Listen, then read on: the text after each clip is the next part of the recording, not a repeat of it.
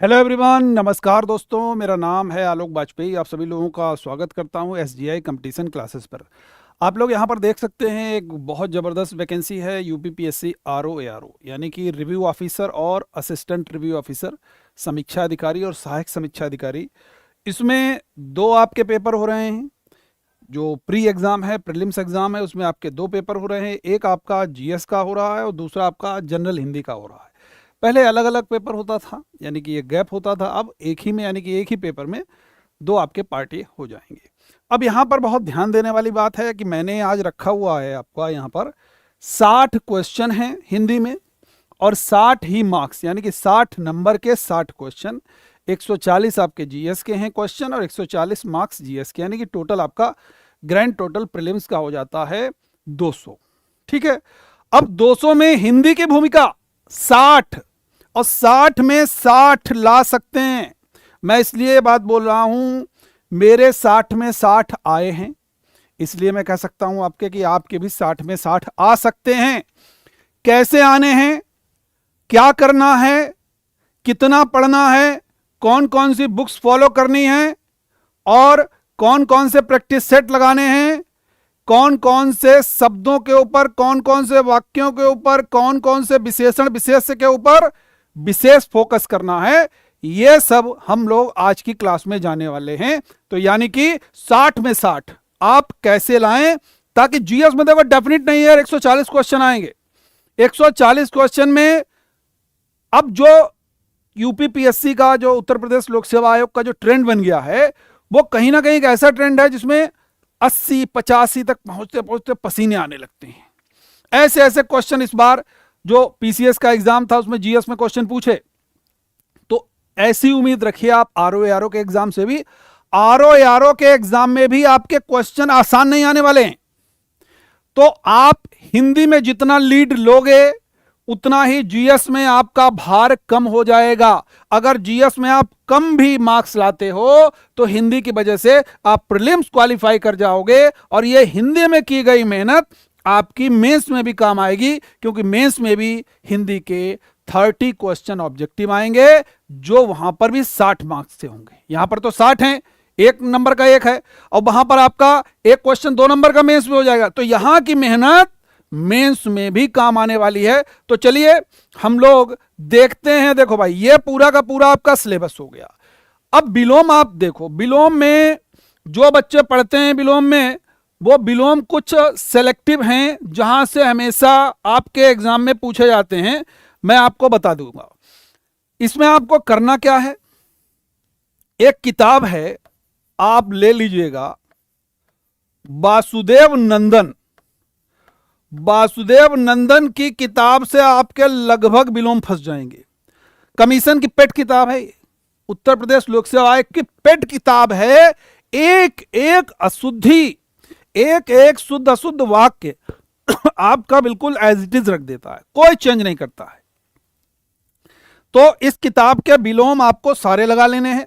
दूसरा, Prithvinath Pandey, PN Pandey, PN Pandey की किताब के विलोम आप सारे लगा लीजिए। अगर इन दोनों किताब के विलोम आपने लगा लिए, रट लिए, तो आपको याद रखना है कि यहां से आपके 10 के 10 विलोम फंस जाएंगे।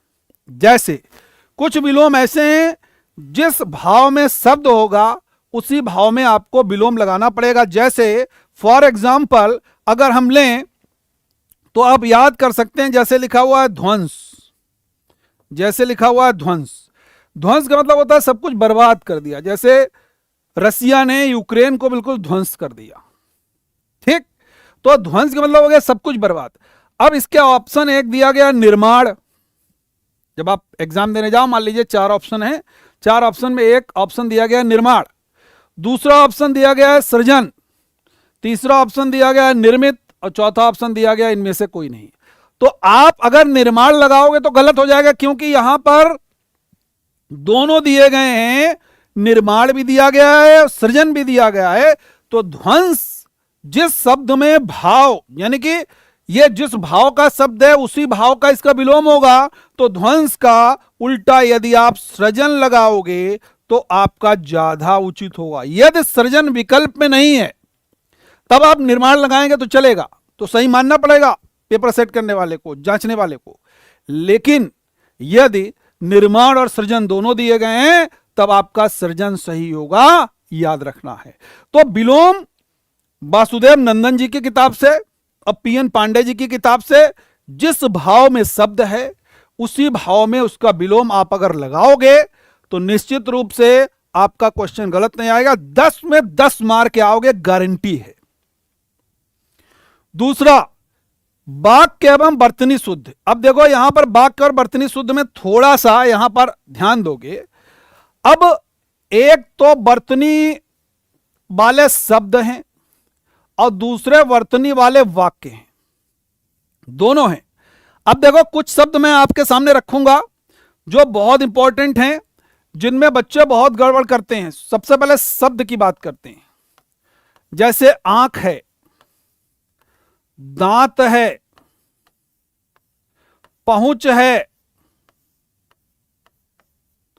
गांधी है।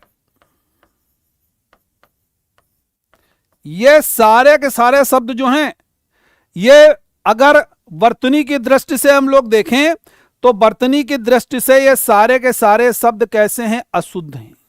क्यों अशुद्ध हैं? क्योंकि यहां पर आंख में चंद्रबिंदु आएगी तब सही होगा, दांत में चंद्रबिंदु आएगी तब सही होगा, पहुंच में चंद्रबिंदु आएगी तब सही होगा, गांधी में चंद्रबिंदु आएगी तब सही होगा। तो कुछ ऐसे शब्द हैं जो आपके चंद्रबिंदु वाले सही होंगे। अब एक दो और शब्द मैं आपको बता दूं, जैसे बंगला। अगर बंगला लिखा हुआ आ जाए और बंगला में लगी है बिंदी तो ये अशुद्ध हो गया वर्तनी की दृष्टि से। बंगला कैसा शुद्ध होगा? आपका चंदा मामा वाला चंद्रबिंदु वाला बंगला आपका शुद्ध होगा। ठीक, कुछ और भी ऐसे शब्द हैं जिसमें हलंत संबंधी अशुद्धियां होती, जहां से क्वेश्चन बनेगा। हलंत संबंधी अशुद्धियों के शब्द अगर हम बात करें आपके, तो याद रखना है, जैसे एक शब्द है आपका बुद्धिमान। तो बुद्धिमान में आपको करना क्या है? यह अशुद्ध है। जैसे बुद्धिमान में ना के नीचे हलंत लग गया तो यह शुद्ध हो गया। जैसे बुद्धिमान में हलंत लग गया वो आपका शुद्ध हो गया। एक और शब्द हम लेते हैं, विधिवत। अशुद्ध शब्द है, अगर हलंत लग गया तो आपका शुद्ध हो गया। यह पॉइंट आपको याद रखना है। ठीक है, इसका थोड़ा सा उल्टा लेते हैं। अगर मान लीजिए एक शब्द लिखा है प्रत्युत और यह हलंत लगा है तो समझ लेना यह अशुद्ध है। आपका क्या होगा? प्रत्युत बगैर हलंत वाला शुद्ध है। प्रत्युत आपका बगैर हलंत वाला शुद्ध है और हलंत वाला अशुद्ध है। तो दो तीन चीजें याद रखनी है। हलंत वाले शब्दों में, वर्तनी वाले में आप गड़बड़ करने की गुंजाइश रहेगी तो रट लो यार, मैं शब्द करा लूंगा, मैं आपके सारे शब्द कराऊंगा। आरो यारो का एक हिंदी का मैं क्लास स्टार्ट कर दे रहा हूं, हिंदी का, ताकि आपको कोई दिक्कत ना हो। ठीक है, दूसरी चीज चंद्रबिंदु वाले, इसमें आप गड़बड़ कर सकते हैं, याद रखना है। कुछ और शब्द होते हैं जो हम लोग सामान्यतः पढ़ते तो यार ऐसे हैं किताबों में, अखबारों में, कि वो शुद्ध लगते हैं लेकिन वो अशुद्ध होते हैं। जैसे एक शब्द लिखा है हिरण्यकश्यप और एक शब्द लिखा है हिरण्यकश्यप। ये दोनों ही शब्द अशुद्ध हैं। अब आप कहेंगे सर आप तो गलत बता रहे हैं, आप तो हिरण्यकश्यप भी शुद्ध होता है, हिरण्यकश्यप भी शुद्ध होता है। किताबों में लिखा हुआ देखा होगा आपने, अखबारों में लिखा हुआ देखा होगा, लेकिन वर्तनी की दृष्टि से यह अशुद्ध है। क्योंकि वर्तनी की दृष्टि से शुद्ध क्या होगा? हिरण्यकशिपु। क्या होगा? हिरण्यकशिपु आपका शुद्ध हो जाएगा। ठीक है, ठीक ऐसे ही एक शब्द है नवाब। एक ये लिखा नवाब, दूसरा लिखा नवाब, तीसरा लिखा नवाब, चौथा लिखा नवाब। अब बच्चा फंस गया, बच्चा फंसेगा, दिमाग चकरिया जाएगा कि कौन सा नवाब सही है। देखो भाई, वो वाला नवाब सही है जिसका पहला वाह का पेट फूला हुआ है। तो देखो यहां पहला वाह का पेट फूला हुआ है, दूसरे वाह का पेट फटा हुआ है। तो आप देख सकते ना, इसका पेट फटा हुआ है, तो ये वाला हमारा सही हो गया। बात समझ में आ रही है ना? तो सबसे ज्यादा कठिनाई आपको इसमें आने वाली है, जो आपके बर्तनी की दृष्टि वाले जो शब्द हैं उनमें बहुत कठिनाई आने वाली। ठीक इसी तरीके से वाक्य हैं। वाक्य में एक बात सबसे पहले सीक्वेंस वाला फॉलो करना। जैसे मैं एक इंग्लिश में वाक्य लिखूं, राम इज गोइंग, मैंने लिखा राम इज गोइंग, राम जा रहा है। राम क्या है? इसमें कर्ता सब्जेक्ट है, इस क्या है? वर्ब है, ये आपका कर्म हो रहा है। लेकिन मैं अगर इसको लिखूं हिंदी में, राम जा रहा है। अब देखो इंग्लिश में वो सेंटेंस करेक्ट होगा जब सब्जेक्ट के बाद में वर्ब होगा, लेकिन यहां पर हिंदी में वो सब्जेक्ट करेक्ट होगा जिसमें वर्ब अंत में आएगा। राम करता है, जा रहा कर्म है, और है क्रिया है, यानी कि कर्ता के बाद कर्म है, कर्म के बाद क्रिया है। हिंदी में वो वाक्य आपका करेक्ट है, सही है, शुद्ध है। लेकिन इंग्लिश में नहीं है। इंग्लिश में राम इज गोइंग, सब्जेक्ट के बाद वर्ब आएगा, लेकिन यहां पर सब्जेक्ट के बाद वर्ब नहीं आएगा, यहां पर कर्म हो रहा है, कर्ता के बाद कर्म आएगा। तो यह पहला आपको सीक्वेंस फॉलो करना है शुद्ध अशुद्ध शब्द में। ठीक है, तो यह तो बात हो गई शुद्ध अशुद्ध वाक्य और शब्द की। फिर है अनेक शब्दों के लिए एक शब्द। यहां पर समझिएगा, अनेक शब्दों के लिए एक शब्द, थोड़ा सा ध्यान देंगे। देखो भाई, इसको हम लोग वाक्यांश के लिए एक शब्द भी समझते हैं। अब जैसे कभी भी आपसे पूछा जाएगा तो आप कह सकते हैं, जैसे चांदनी रात, चांदनी रात क्या कही जाएगी रात के बारे में? आधी रात क्या कही जाएगी? आधी रात क्या होगी?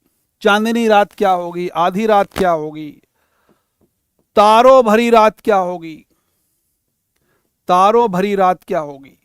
तो देखो रात रात सभी में है ना, तो ऐसे आप इकट्ठे याद कर सकते हो। रात, रात वाले, चांदनी रात, आधी रात निशीथ, तारों भरी रात विभावरी, चांदनी रात सरवरी। तो ऐसे पूछा जाए, चांदनी रात सरवरी हो गया, आधी रात निशीथ हो गया, ठीक, तारों भरी रात विभावरी हो गया। ठीक है, तो ऐसे आप याद कर सकते हो। यार मेरी बात समझ रहे हो ना? तो एक जगह इकट्ठा करके याद कर सकते हो। रात है तो रात वाले। अब जैसे कोण, उत्तर पूर्व का कोण क्या कहलाता है? उत्तर पश्चिम का कोण क्या कहलाता है? दक्षिण पूर्व का कोण क्या कहलाता है? दक्षिण पश्चिम का कोण क्या कहलाता है? तो एक जगह इकट्ठे करके पढ़ोगे तो वाक्यांश के लिए एक शब्द आप याद कर सकते हो। मेरी बात समझ में आ रही?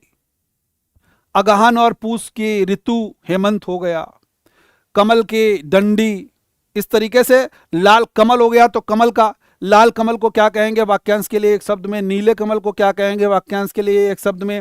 सफेद कमल को क्या कहेंगे वाक्यांश के लिए एक शब्द में? ऐसे क्वेश्चन आपके एग्जाम में आएंगे और आप उनको एक जगह इकट्ठा करके शब्द अगर बनाएंगे तो आप अच्छे से वहां पर कर पाएंगे। 10 में से 10 करने लायक स्थिति हो जाएगी। तद्भव तत्सम बड़ा आसान है। देखो तद्भव तत्सम आप बहुत आसानी से इसको समझ सकते हो। ये क्या है भाई? देखो सीधी सी एक बात है, तद्भव शब्द और तत्सम शब्द। तद्भव शब्द भी आपके संस्कृत से आए हैं और तत्सम शब्द भी आपके संस्कृत से आए हैं। दोनों की उत्पत्ति संस्कृत है, लेकिन जब यह हिंदी शब्दावली में प्रयोग किए गए तो इनमें रूप परिवर्तन हो गया। वो शब्द तद्भव कहलाए। जब यह संस्कृत भाषा से हिंदी शब्दावली में आए तो यह ज्यों के त्यों रहे। यह ज्यों के त्यों रहे, यानी कि इनमें कोई भी रूप परिवर्तन नहीं हुआ, एज इट इज रहे। ऐसे शब्द आपके तत्सम शब्द कहलाए। तो पहचानोगे कैसे कौन सा निम्नलिखित में से कौन सा तद्भव है, कौन सा तत्सम है? आसानी से पहचान जाओगे।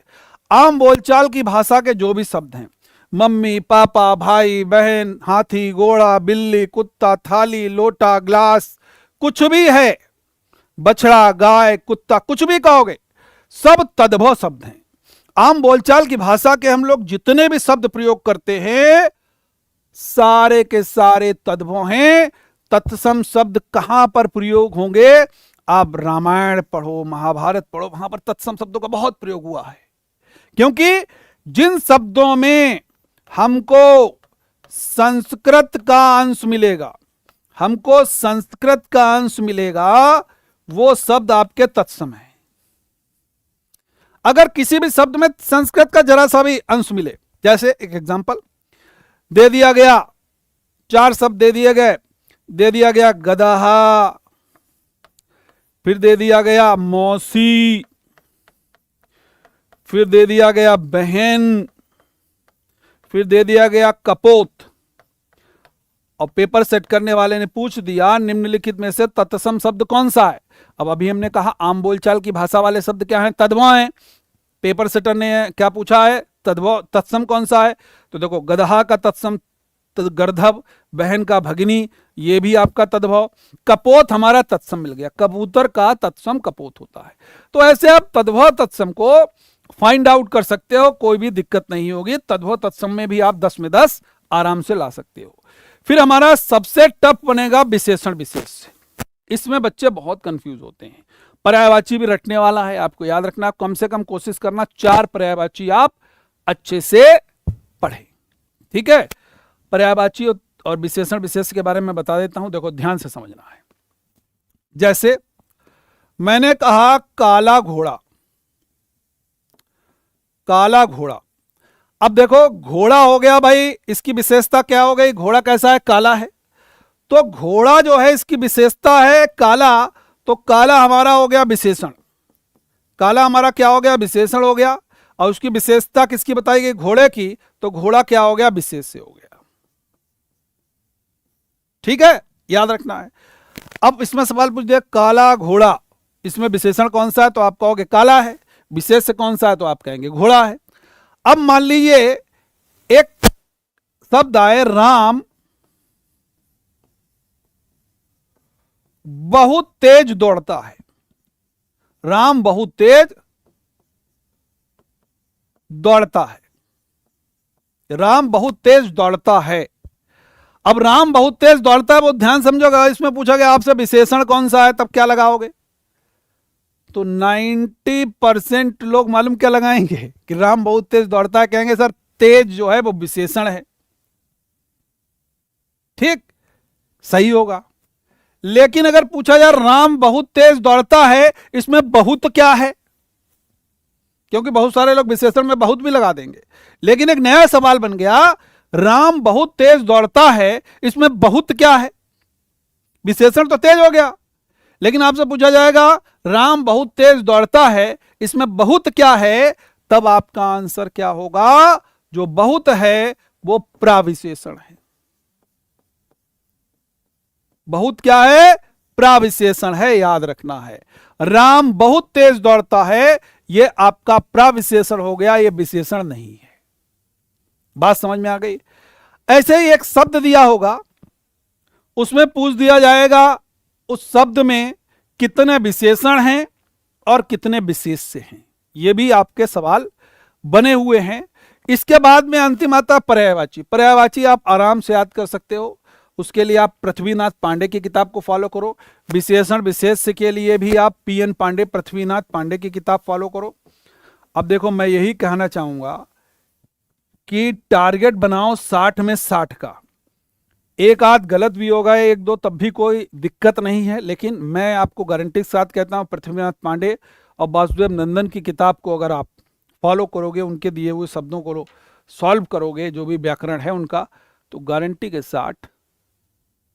साथ क्या होगा? 60 में 60 लाने लायक आपकी स्थिति हो जाएगी। अभी समय है, लग जाओ, हमारी क्लास से जुड़िएगा। अब मैं एक क्लास आप लोगों के लिए हिंदी की आरओ एग्ज़ाम के लिए लेकर के आ रहा हूं, और जिसमें हम लोग क्लास बहुत लंबा नहीं खींचेंगे, जिसमें कम से कम 20 क्वेश्चन हम डेली करेंगे, और वो आपके लिए बहुत बेहतरी करने वाले हैं आरओ के अपकमिंग एग्जाम में। ओके, तो हमारे साथ जुड़े रहिए और चैनल को अगर आपने सब्सक्राइब नहीं किया है तो फटाफट सब्सक्राइब कीजिएगा और हमारे जो सेशन है उसको अधिक से अधिक शेयर कीजिएगा। जुड़े रहिए। Thank you everyone. स्वस्थ रहिए, मस्त रहिए, व्यस्त रहिए, जबरदस्त मेहनत करते रहिए। Thank you. जय हिंद।